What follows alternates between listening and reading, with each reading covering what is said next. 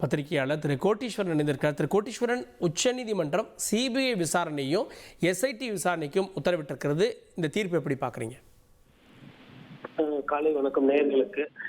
ஒரு முக்கியமான ஒரு தீர்ப்புங்க. காரணம் என்னன்னு பார்த்தீங்கன்னா, அரசியல் சார்பான வாதங்கள், எதிர்வாதங்கள், குற்றச்சாட்டுகள், இது சதின்றாங்க ஒரு சிலர். இது தானா நடந்த மேன்மேட் டிசாஸ்டர், அது போன்ற அந்த செய்திகள் தாவேகாக்கும் திமுக கடுமையான ஒரு அரசியல் சூழ்நிலையான ஒரு குற்றச்சாட்டுகள் நினைவுன்ற நேரத்துல சுப்ரீம் கோர்ட் ஒரு விஷயத்த கொஞ்சம் முடிவுக்கு கொண்டு வந்திருக்கு.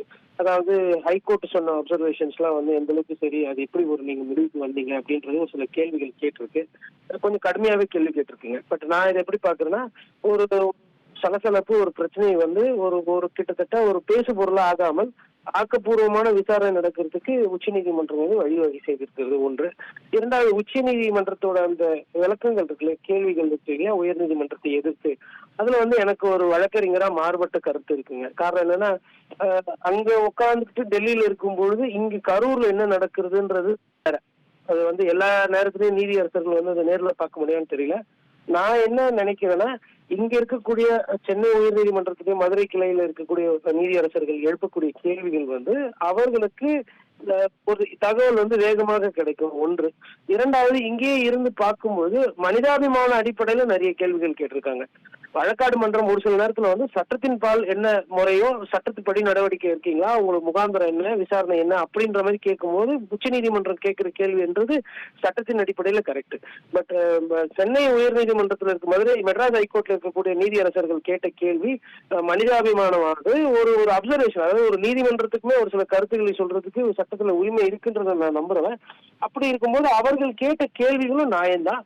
இப்ப உயர்நீதிமன்றம் சட்டத்தின் அடிப்படையில எது சிறப்பாக இருக்கும், ஒருத்தர் பிரச்சனை இல்லாம, இது ஒரு பேசு பொருளா இல்லாம, விமர்சனம் இல்லாம விசாரணை என்பது சீராக நடக்கணும்ன்றதுனால ஒரு ஜட்ஜி தலைமையில போட்டிருக்கிறாங்க ஒரு எஸ்ஐடிய. அதே மாதிரி சிபிஐ விசாரணைக்கும் கொடுத்திருக்காங்க. சட்டத்தின்படி அது சரிதான். ஆனா அவர்கள் அந்த உச்சநீதிமன்றம் உயர்நீதிமன்றத்தை பார்த்து ஒரு சில கேள்விகள் கேட்டதுல எனக்கு கொஞ்சம் முரண் இருக்கிறார் போல் புரிகிறது. இல்ல, அதுல ஒரு அதிகார மீறல் இருக்கிறதா தெரியல. தாவேகாவுடைய அடிப்படை பிரேயரே அதுதானே. கேட்காத ஒன்ன நீதிபதிகள் உத்தரவா கொடுத்திருக்காங்க. அது எஸ்ஓபி அமைக்கணும்னு போன வழக்கு. அதுல என்ன மாதிரியான கட்சி தாவேகா அப்படின்னு கேட்கிறாங்க. அதுல அது ஒண்ணு. இன்னொன்னு, மதுரை அமர்வு விசாரிக்கிறப்ப எப்படி ஒரே ஒரு கேஸை மட்டும் சென்னையில விசாரிப்பாங்கன்னு கேட்கிறாங்க. அதாவது கான்ஸ்டிடியூஷன் 226 இருக்கு. அதுல சுயமோட்டோ பவர்ஸ் இருக்கு. ஒரு நீதிமன்றம் தானாக முன் ஒரு சில வழக்குகளை எடுக்கலாம். அதுல என்னன்னா, ஜூரிஸ்டிக்ஷன் மாறி இருக்கு, உங்க வரம்புக்கு இல்லாத ஒரு விஷயத்த நீங்க எடுத்திருக்கீங்களே அப்படின்ற மாதிரி கேள்வி கேட்கிறாங்க. நான் என்ன பாக்குறேன்னா, ஒரு கட்சியில ஒரு சில பதவிகள் இருக்கிறவங்க தலைமறைவு ஆயிடுறாங்க. ஒரு சில பேர் எங்க இருக்காங்கன்னு தெரியல. உங்கள் தந்தி ஒன் தொலைக்காட்சியில் அண்ணாமலை தினமும் மதியம் 12 மணிக்கு காண தவறாதீர்கள்.